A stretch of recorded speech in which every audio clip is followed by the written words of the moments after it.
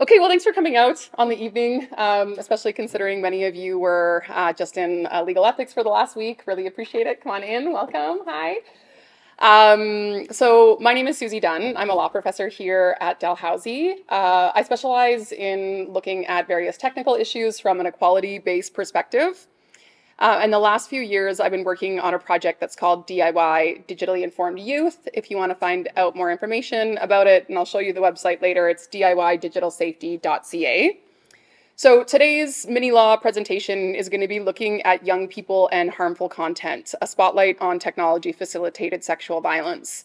And this project was really interesting because we went and talked to a lot of teenagers about their experiences with what we categorized as sexual violence on the internet. But when we got them talking, and teenagers like to talk a lot, it was really interesting about the ways that you really couldn't isolate the sexual violence and their sexual experiences from other in-person experiences they had and other forms of technological harm. And we saw some really interesting differences depending on location, depending on gender and sex. And so today I'll talk to you a bit about what we learned from the qualitative studies that we've done so far. I'll also talk a bit about some laws that exist in Canada and some proposed laws that are coming forward. So I'd like to do a land acknowledgement. We're in Halifax, and Nova Scotia is located on Mi'kma'ki, the ancestral and unceded territory of the Mi'kmaq people. And some of the interesting things that we did with our project is we actually translated some of our resources into multiple languages, including Cree, including Mi'kmaq. And so if you go here, you can see one of the biggest things that young people wanted to know about was what are their rights around sharing nudes on the internet? What is illegal? What isn't illegal?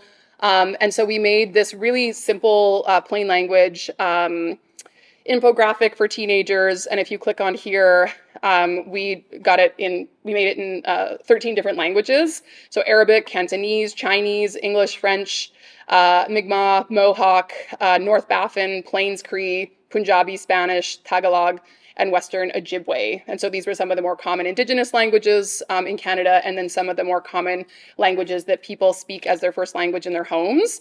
And so you can go down here and see these resources in a variety of languages.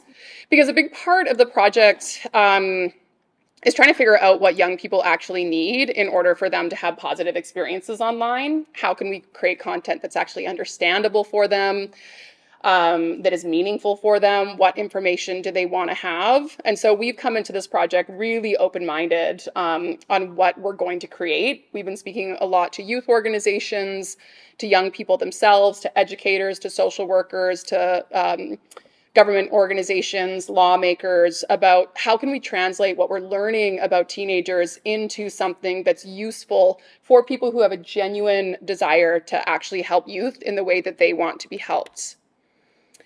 So this is our team. They're a really wonderful team. It's a mix. I'm in law. Dr.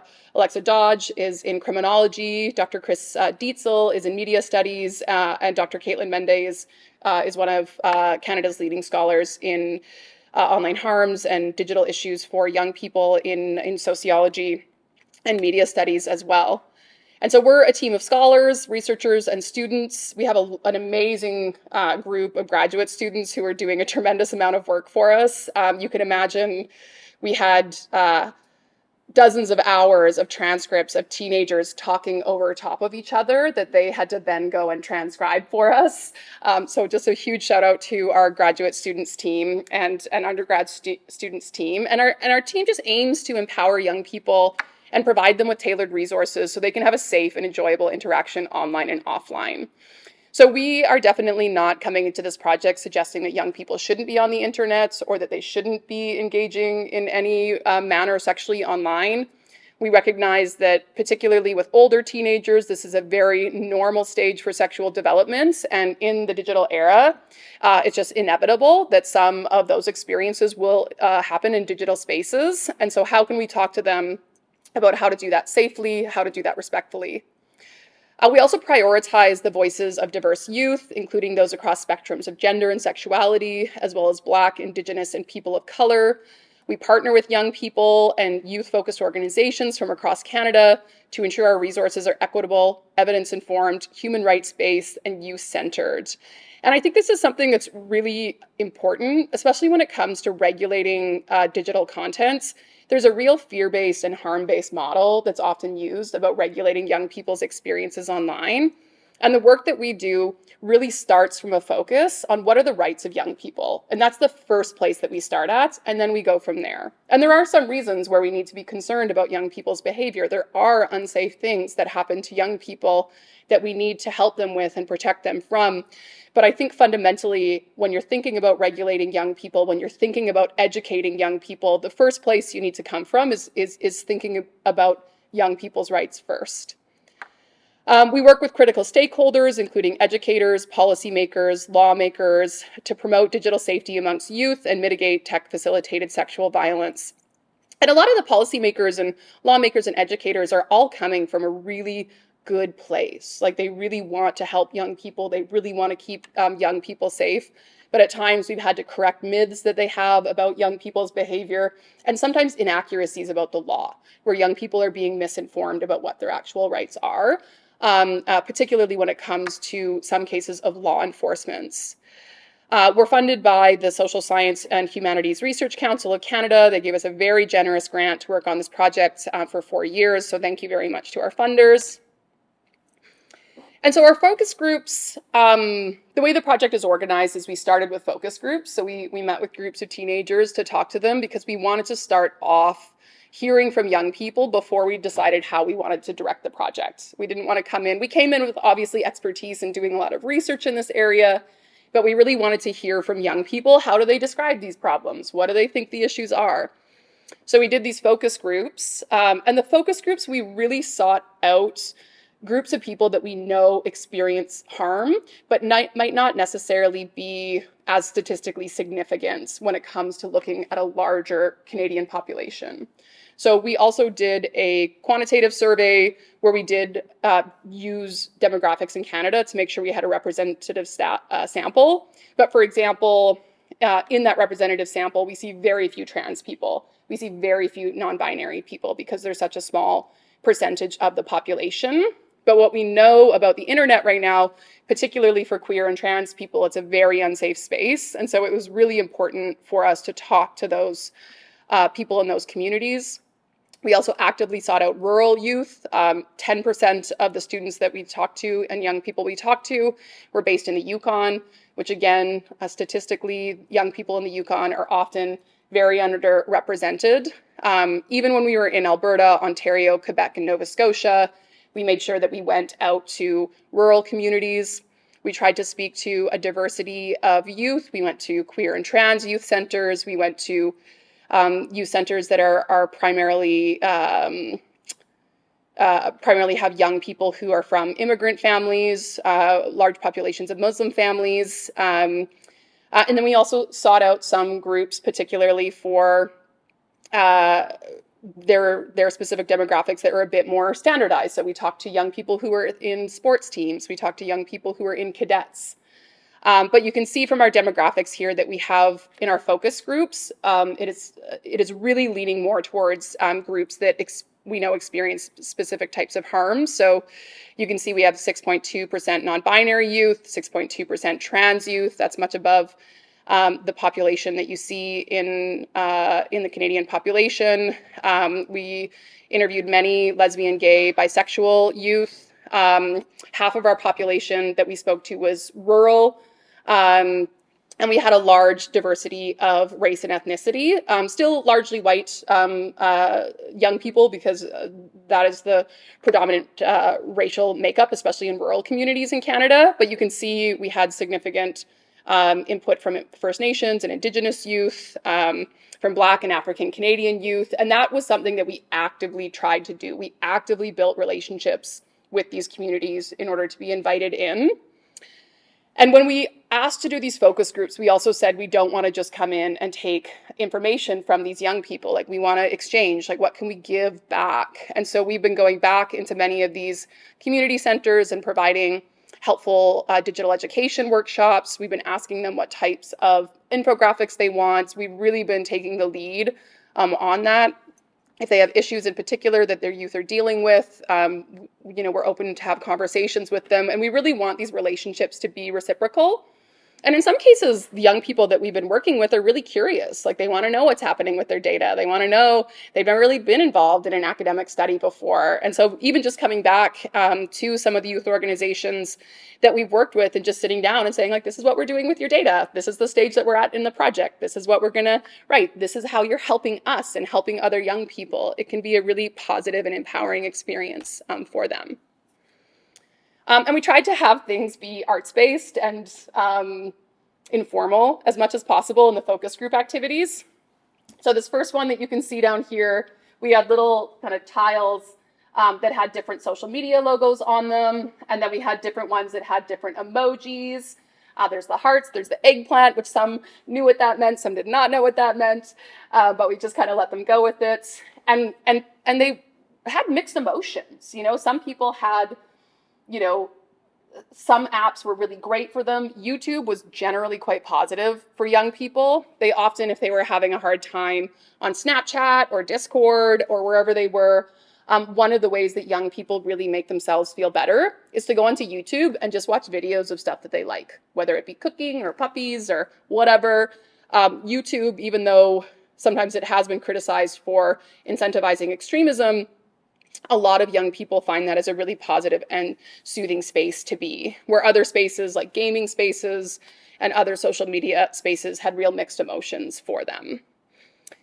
We also had them draw out scenarios. We gave them pictures of phones, of video game consoles, whatever was most meaningful for them, and just had them draw out challenging experiences that they had had. And so it could be texting insults, it could be, being asked for sexual content when it wasn't wanted. With boys, we found a lot of harmful experiences were in video games, and it was this challenging balance between like what is a little like playful kind of talking in video games to kind of give each other hell versus when is it actually really discriminatory and harmful language. But a lot of young men hear very, very problematic language when they're playing video games, and sexualized language and homophobic language and racist language when they're playing these games. And a lot of them expressed a desire to still have the opportunity to play fun games and be competitive. And a lot of young men spend their time socializing while playing video games. And it's a way that they connect with each other. And many of the young boys that we talked to expressed a desire to access games and gaming systems where they could avoid some of this more harmful language, but that they didn't have a lot of options on games where you could avoid that, especially if you're doing multiplayer internet-connected games.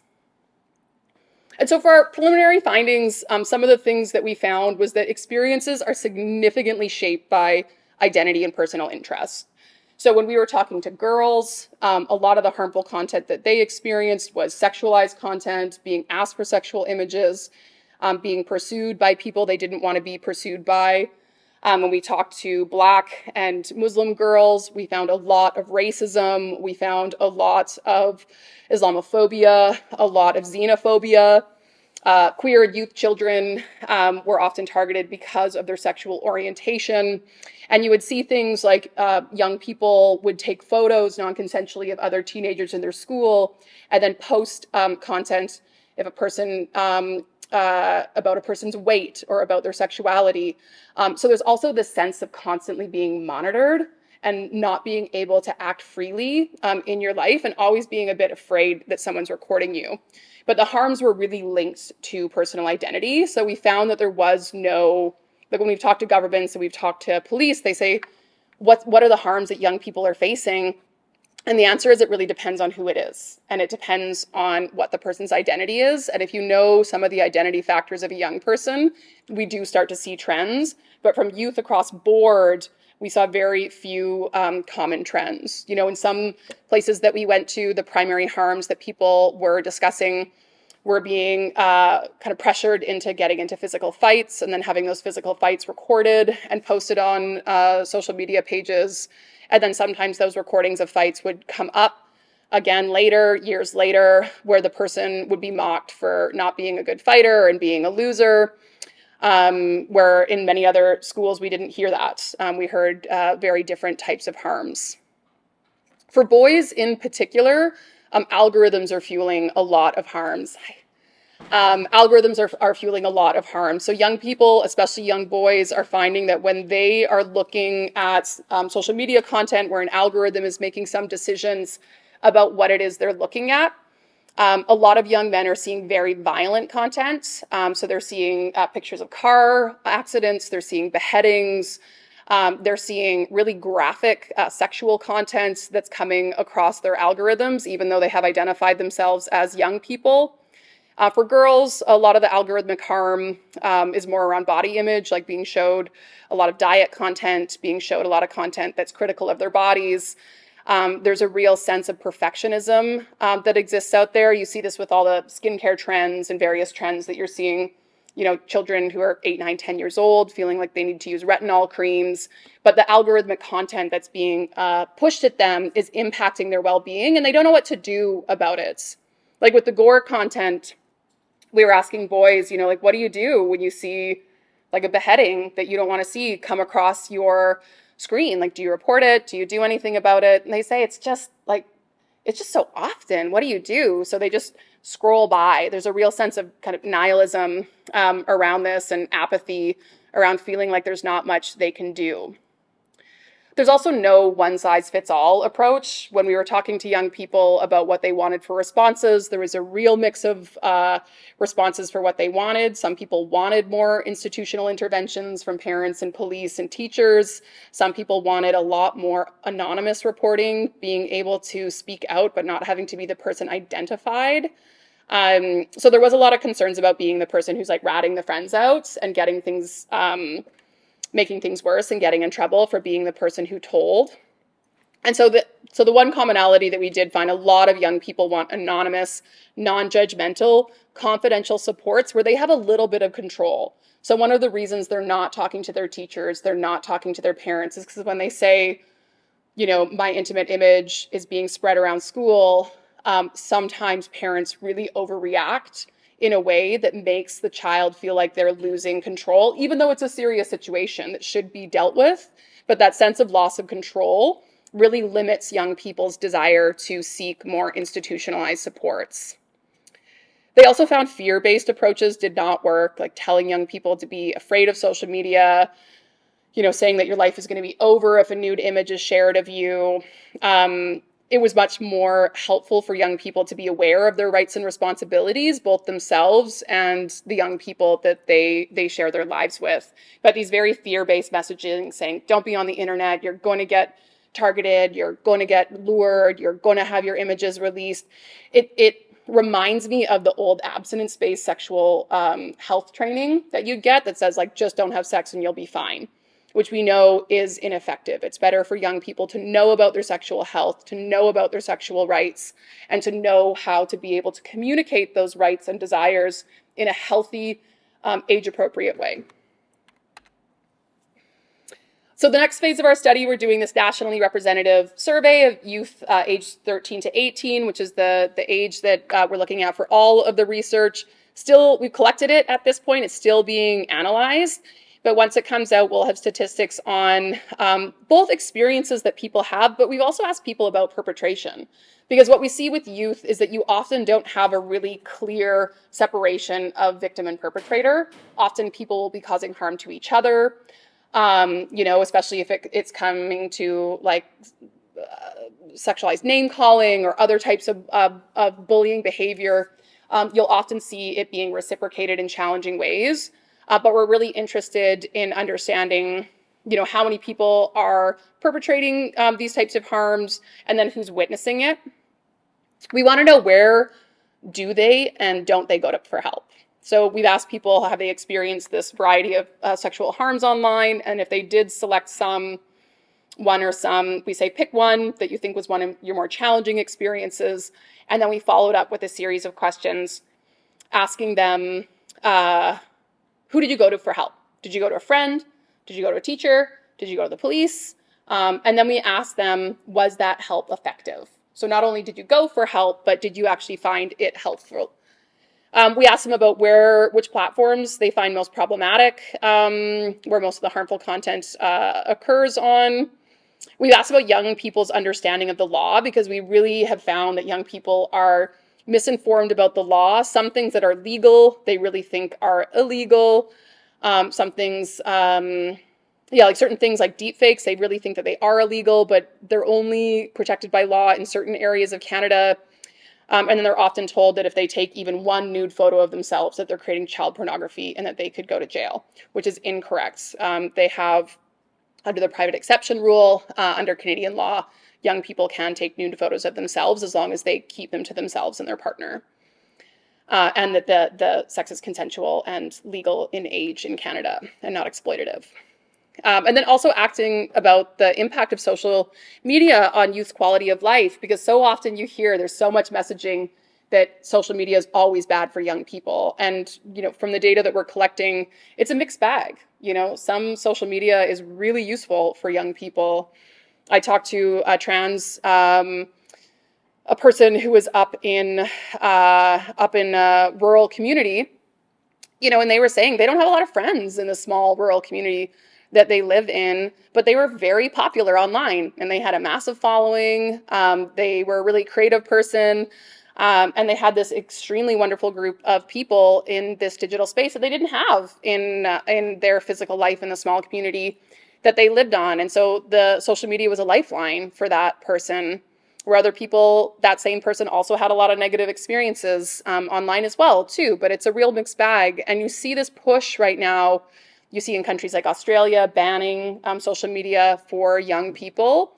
And if we're going to make laws that say young people shouldn't be in these spaces, I think we need to talk about why we don't want them in those spaces. And is there a good reason for that? Or is there a way that we can change the type of social media they have access to, make it safer, make reporting easier? What's our reasoning behind that? And so a big incentive for why we did this study was to get Canadian-based data as well, too. Because what we find is there's a lot of data from the States, a lot of data from Australia, a lot of data from the UK, but there's not a lot of Canadian data. And in Canada, particularly because we have this massive country where a lot of people are in small rural communities where there's not a lot of supports that you find in metropolitan cities. And also the internet doesn't always work in places like Nunavut. I grew up in the Yukon, and every so often somebody will be digging a hole in BC and they'll accidentally dig through the one line that the internet connects to in the Yukon, and the internet goes down for 3 days. So they face really interesting things. And I think it's better up north now, but even the cost of internet used to be really prohibitive. You couldn't watch movies, you couldn't do these things. So we have really interesting things to consider when we're thinking about the experience here in Canada. So what are we talking about when we're talking about technology-facilitated sexual violence? It's a very academic term that we use. We obviously don't use that term when we're talking to young people. We ask them about what are weird things that have happened online. What are, we use a lot more casual language. But tech-facilitated violence is a variety of things. It includes voyeurism, it includes intimate image sharing, it includes non-consensual sexual contact. So some of the things that we're hoping to do with our research is to look at the ways, like what laws are available to address tech-facilitated violence specifically for young people. Why do young people choose to engage in a legal response or not? So if we have laws that are in place, but young people aren't using them, are they effective? What's the point of having them if young people aren't using them, or if they're having a negative experience when they do? If laws are ineffective, what alternative supports can they have? Even if laws are effective, I think it's important for young people to have choices about what type of remedies they'd like to see. How should we be talking to youth about tech-facilitated sexual violence? And then really this consideration of what resources are actually helpful. And we're still trying it out in this project. We're doing these infographics, we're creating various videos, we're doing workshops that young people have requested, and then requesting feedback. And then as we find what's effective and ineffective, we'll change our strategy for what we're presenting. So yeah, so it refers to a range of sexually abusive behaviors that are carried out by some form of technology, voyeurism, threats, sexual harassment, and luring. Sexual extortion is one we've really seen on the rise. And one of the things I found really interesting about sexual violence and sexual harms online, there is still a bit of a gender divide. You will see a gender divide in certain forms of this type of harm, but particularly with sexual extortion, we're starting to see a massive increase in boys being targeted, and boys are targeted slightly different than girls. Boys are often targeted for financial reasons. So it's usually someone pretending to be a teenage girl, getting in a conversation with the boy, exchanging nudes pretty quick, getting the boy to send nudes back. And then once they have those videos or images saying, you've got to give me money or I'm going to send it out to other people. And there's actually organized groups of people who have scripts on how to heighten the fear of young men to make it feel like their lives will be ruined unless they're paid. And we've seen several tragic cases of young male suicide due to sexual extortion. Where with girls, what we see with sexual extortion, it's often an image is shared, either being coerced into it, tricked into it, but often even in consensual relationships. And once they have that image, they extort the girls into either sending more and more explicit and more graphic imagery, or forcing them to stay in a relationship. So saying, if you break up with me, I'll release these images. So you must stay with me or else I'll send these to your mom. But we are seeing an increase, a really interesting increase in sexual violence against young boys. And I think when it comes to young girls, particularly considering the Rehtaeh Parsons case and the Amanda Todd cases that are really well-known intimate image distribution cases that happened about a decade ago, we've been talking to young girls a lot about sexual safety online. We've been putting a lot of effort, like we, the global we, have been spending a lot of time talking to girls about sexual violence online. We have not been doing the same for boys. A lot of boys do not know what to do when they are sexually exploited online. And I think it's a major gap in education, particularly when it comes to sexual extortion. So I'll do a little bit on the law, because it's a law school. People want to know about the law. The law, I think, can be effective, can't be effective sometimes. There's a real expressive function that can be good for young people. Knowing that it's against the law is something that's a good tool for young people so they can stand up for themselves and say, you know, what you're doing to me is against the law. There's a variety of laws that are pre-existing that we did not have to change due to technology. Extortion we've had for a long time. This applies in digital conditions, it applies in in-person conditions, criminal harassment, uttering threats, intimidation. These are all criminal laws that were already on the books that apply whether the harms occur in person or digital. Some laws came out because of the advancement of digital cameras, things that made it easy to take images of child sexual abuse material. So that was an early law that came out when these new technologies, when cameras became very small and easy to hide, we saw the need for voyeurism, because the law that existed before voyeurism, I forget exactly what it was called, but it was like a creeping at night. So it's like if you got caught peeking in someone's window at night, but you had to physically be on their property. But once people could hide cameras or use Zoom in order to access people's sexual bodies, we saw voyeurism introduced. And then more recently, in about 2014, 2015, we saw the criminalization of non-consensual distribution of intimate images. And then there's many child-specific ones. So child luring a child for sexual purposes off the internet, making sexually explicit materials available to children, invitation to sexual touching. These are child-specific laws. And then we also in Canada have civil laws. So there's a lot of civil laws that apply, privacy torts, various things. But one of the trends that we've seen is the introduction of intimate image laws. So you have a civil response. You can sue someone in civil court. We've seen one recent case here in Nova Scotia that got a pretty significant award. I believe it was around $70,000, where her ex-partner had posted a nude photo of her on a sex worker site saying that she was available for sex work. People were contacting her. It included her name, her workplace.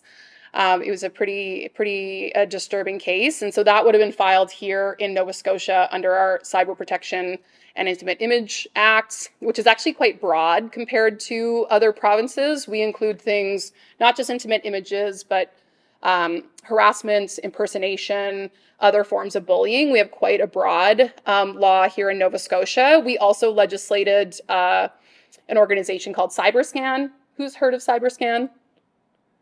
No?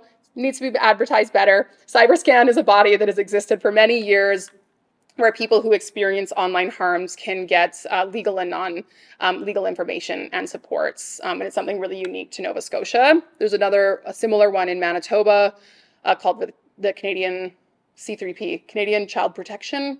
I'm not sure. If you Google C3P Manitoba, they've also got a body there. And British Columbia has recently changed their legislation, and they actually have a fast track option because these civil cases can take a long time. But in BC, you can file under the British Columbia Civil Resolution Tribunal, and you can get a really, comparatively to a different trial, a relatively quick decision and up to $5,000 in damages. But primarily what that is for is to get an injunction to say that the images need to be taken down or deleted. And that is very new, but it seems to be being used and quite effective.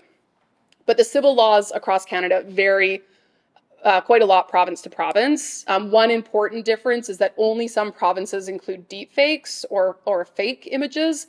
Many provinces and our criminal law, including here in Nova Scotia, if you read kind of the law closely, it's never been tested. Maybe it could capture deepfake law, but it looks like it really is just actual nude images, where other provinces like PEI and Manitoba and New Brunswick and British Columbia have changed their law to include actual nude images of people, but also deepfaked ones or other digitally created images.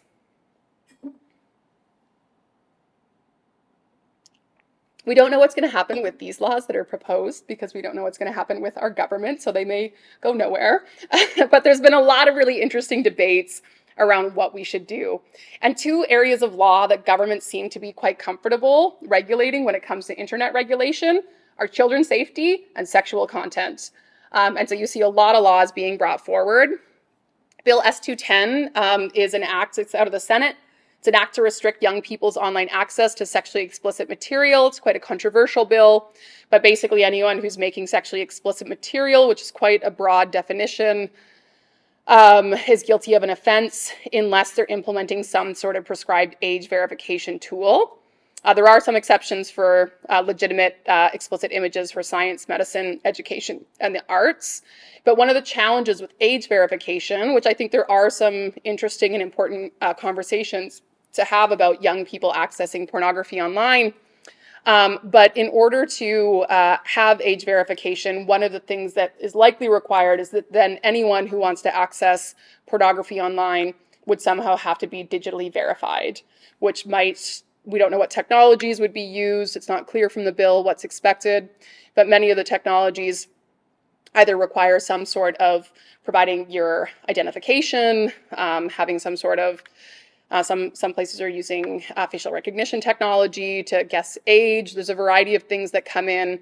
But you can imagine from a larger societal view how we probably might not want our identities and our government documents associated with our sexual curiosity online, even though there might be some good reasons for why young people shouldn't be accessing pornography. But that's one of the laws that's proposed. We're seeing that a lot in the United States right now. And so some companies like Pornhub have just responded by saying, okay, well then we're just going to not have Pornhub be available in those jurisdictions for anyone anymore. And so there's really interesting issues when it comes to protecting our access to sexual content, which pornography is very controversial about whether it's a good thing or a bad thing in society, but there is value in having access to sexual imagery. But what that line of what good sexual imagery looks like is different. But it's an important thing to consider when we're thinking about rights-based approaches. The Online Harms Act, have most people heard a little bit about the Online Harms Act? That's a really, that bill's been being debated for quite a long time. A lot of work was put into it. There was a lot of consultation. And what we're starting to see is this is a bit more of the trend. So we see the Digital Safety Act in Europe. There's the E-Safety Commissioner in Australia.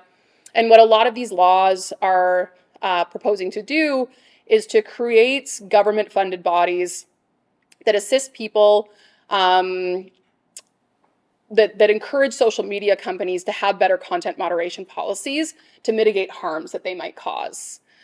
So the Online Harms Act requires social media companies to address issues such as intimate images that are shared without consent, sexually exploitative material about children, self-harm content for children, bullying children, and then for adults, content that foments hatred, content that incites violence, and content that incites violent extremism or terrorism. The intimate image content is also for adults. And it would require large social media services to better moderate and better mitigate the harms on their platforms. And we've seen good success in countries like Australia, where they've had these bodies like the e-safety commissioner working with social media companies and working with victims who can report to a government body and get supports there rather than having to go to the social media company themselves. There's also a duty to report child sexual abuse material and a quick content removal for any of the sexualized content. There'd be a required 24-hour removal of that content. They'd also require social media companies to produce transparency reports about their content moderation practices. And there would be the development of these various bodies, such as a Digital Safety Commission, an ombudsperson of Canada. There's also been a bill proposed by Michelle Rempel, a Conservative MP, who is also looking more to protect children. Her focus is on protecting children rather than broader social media regulation. She has some proposed changes that would impact both children and adults, such as criminalizing deepfakes, so changing the criminal law. But for her proposed bill, she would suggest making a duty of care on social media companies to address things like bullying, sexual violence, self-harm content, predatory marketing, and would also require parental permissions for young people to use social media companies' platforms if they're under the age of 16. And so her focus is really on parental controls and then some criminal responses. And there's debates about whether C-63 or Bill C-412 would be more effective. But ultimately, we'll see what happens with our government. These might all disappear, and we will have to start from the drawing board again, hopefully, again, focusing on a rights-based perspective from young people. But in our research, what we found was that a lot of young people avoid using the law and avoid going to the police. A lot of them don't understand the civil process, also probably cannot afford the civil process, even if they wanted to bring it. But when we talked to young people who reported experiences that would fit within some of the criminal laws that we described earlier, a lot of young people were concerned that reporting to the police would blow the situation up. And so they really did not necessarily want to do that. They also found that it was slow. So when it comes to digital harms, they wanted a really fast response. They wanted the content dealt with right away. They wanted the content taken down right away.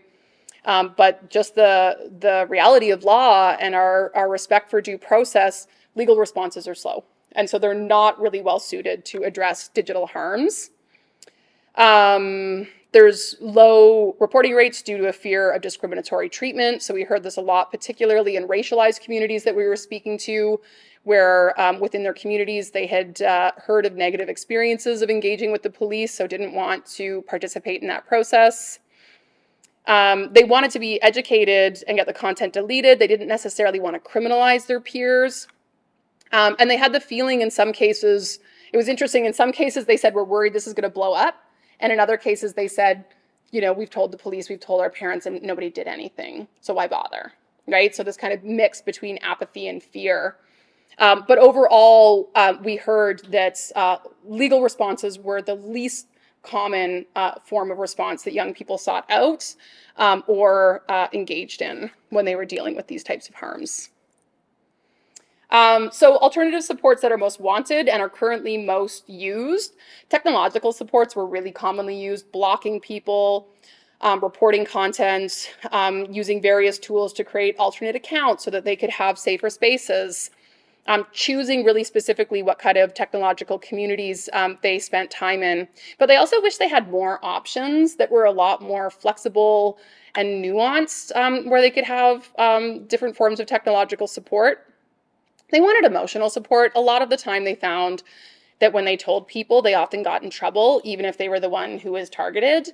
And so I think just having adults who emotionally support them and say, I understand what you're going through, and I understand this is really hard, and I want to help you, and you're not in trouble, and this isn't your fault, you're just young, and the world is bad sometimes, and they often didn't get the emotional support that they desired. They wanted the person who was causing the harm to be educated or to be warned, not necessarily to face any particular punishments, but they wanted that person's behavior to change. And then if they did want to access legal options, they wanted a place to be able to have those options explained to them before they were forced upon them. So a little bit more control and education if they were going to access legal options.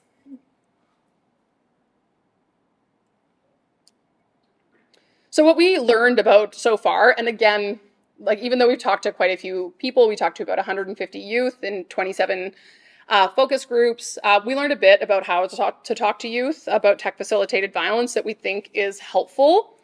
Avoiding scare tactic approaches that are focused on law and punishments. Young people do not respond very well to that. They respond really well to the focus on rights and responsibilities. When we talked about particularly algorithmic harms, we told them about how these companies work and how their data is being pulled and, how these companies are profiting from them, and that might be something that they don't like. They had a real justice response to that, and thinking about how these larger systemic issues are causing some of the harms they're experiencing, and it's not actually their fault what they're going through. That was really helpful for them to hear.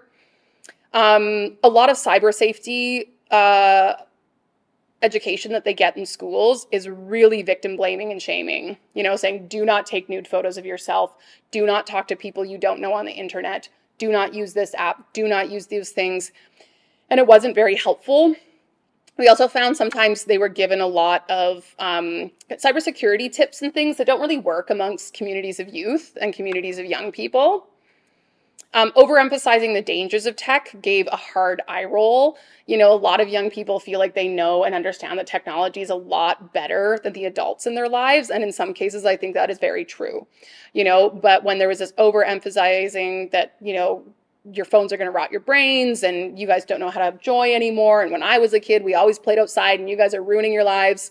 That didn't have them be heard. It didn't have them feel like their experiences were understood. And so avoiding this overemphasizing of the dangers of tech, even though we know, and from what we talked to from youth, there are real dangers around tech. There were some really tragic stories that we heard from young people about ways that adults were able to access them, that without technology, they would not be able to access them, and harmful adults. So there are some things that we do need to be concerned about technology, but if that's the first place that you're coming from, a lot of young people just shut down. So it doesn't allow us to have some of these more harm reduction safety conversations with them. Also, this treating of the online and offline lives as separates. So telling young people, you can just turn off your phone, you can just turn off the video game, you can just turn off this thing, and that will end the harm against you, or that whatever's happening online isn't impacting your offline life. Young people are so deeply entwined, and I think all of us are, to be completely honest, this idea that we can somehow disentangle our online experiences and our offline experiences is a bit of a myth, and something that is not helpful for young people to hear. So when you're thinking about educating young people, focusing on rights and responsibilities, asking young people what is okay and not okay to share about others, having conversations, I think even basic conversations around consent, around non-sexual and non-harmful images. We talked a lot about, what kind of photos do you like about yourself online? Like when you're hanging out with your friends and you're deciding what pictures to put up on Snapchat or put on whatever platform, do you guys talk about consent? And a lot of young people do. A lot of young people have pretty clear rules within their social group about what photos are okay to put up and what photos aren't okay to put up. Like it's okay to put up a really embarrassing photo on your birthday. That seems to be a trend, that it's okay to put a silly photo or an embarrassing photo on a birthday. But if you had a group shot and one person looked really bad, you would respect them and not put that pic up, or at least check with them. And they were doing a lot of these things, especially amongst people they cared about, maybe not so much against people they don't care about, but in their inner circles, these conversations around consent were happening with young people. Talking to young people to reflect about what information they share about themselves online. So thinking about, especially the way that this information could be exploited. Some of the things that we've seen in the research and we've heard from young people is that especially when you have an adult who's pretending to be a child talking to another child, there's certain types of questions and certain information that they're going to ask you that seem like innocuous conversation, but are actually setting you up to be exploited or extorted in the future. There's been some examples of cases where they'll be like, oh, what's your mom's last name? And like funny little questions like this that are actually the security questions in order to get into your accounts, which then people will take over and use to extort youth. And also talking about advocacy, talking about the ways that tech companies need to delete information about us that we don't want shared anymore, thinking about how schools and institutions need to help protect our rights. I recently was interviewed for a Toronto Star article where these high school girls had had their images put through this deep nude technology where it strips them down, makes them look like they're naked. And when they reported it to the school said, we don't really have any policies against this, but all schools have sexual harassment policies. And like this should be categorized as a form of sexual harassment. So there's also education that needs to be done for schools. Also in that case, one of the girls told the journalist that the police had actually told her that these deep nudes might fit underneath this private exception rule in Canadians' child sexual abuse material, which I think is not proven and is not true, and they're not providing accurate legal information to young people, even though I actually don't think young people, even non-consensually exchanging nude photos of each other, I don't think they should be charged under child sexual abuse material laws. The purpose of those laws are not for this type of behavior. We should have laws, we should have legal responses against this type of behavior, but I don't think it's appropriate, and it's very rare in Canada for young people to get charged under that offense, but they're often told that they can and will be. And I think as we move forward, there's always an opportunity to reflect. When you look at the tragic case of Rehtaeh Parson, who was a young woman here in Nova Scotia who had non-consensual images taken of her when she was allegedly being sexually assaulted. Those photos were distributed. She was bullied. There was a real failure of institutional response from police, from schools, from adults, from her peers, and eventually she died by suicide. And there's reports that have been done by the Nova Scotia Police about their failure to adequately respond to these things.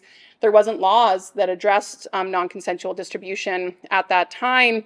And since that time, we've seen the introduction of those laws. But I think there's a lot that we can learn looking at these cases as we move forward about the way that young people were treated and the way that young people treated each other, and taking into consideration what progress have we made and what progress do we still need to make. So back to the project, that's kind of the law section that's a little bit outside of the research. So for our project, we're creating education and resources. So if any of you work with young people, if any of you have children yourself, if any of you are interested in our resources, you can go to our website, DIY Digitally Informed Youth. And if you go to the little resources button at the top, it will take you to a page where we have public reports that are more made for adults. These are not very child-friendly to read. Not children could read them, youth could read them, but they're very academic. But one of the things that we looked at was looking at whether education curricula, policies, and legislation for schools across Canada explicitly addressed issues of tech-facilitated violence, and it was a real mixed bag. Some provinces like British Columbia were doing a relatively good job of it, and other provinces and territories didn't mention it at all. We also have just a sensitization of some of the tech-facilitated gender-based violence research that exists in Canada. And this is a lot of the things that we're creating for young people and adults. This one is more for adults. You can see it's a bit more text-heavy, but it's still simple, clean language, so teachers, parents can understand it. And then for young people, we're really keeping it quite simple and keeping the language plain. We're keeping the images plain.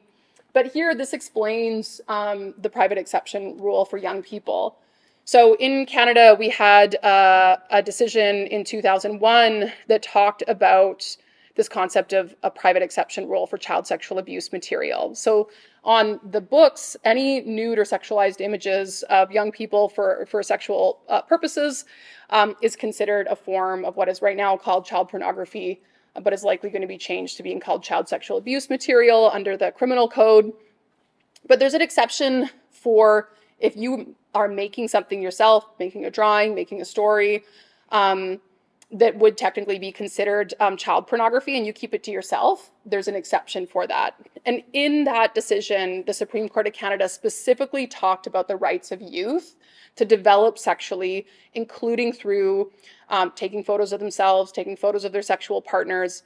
And they said explicitly, this is something that young people are entitled to do, and it doesn't cause harm. As long as it's not used in an exploitative way, as long as the sex is legal and consensual and the images stay between either the person that took it of themselves or with their sexual partner. And this is something young people are not being told. They're being told this content is illegal. And the challenge with them being misinformed about this makes them feel that when their images are distributed without consent, they're very afraid to tell an adult because they're also afraid they're going to get charged with creating child pornography of themselves, which it is not. It is technically a child pornography, but there's an exception for it under the law.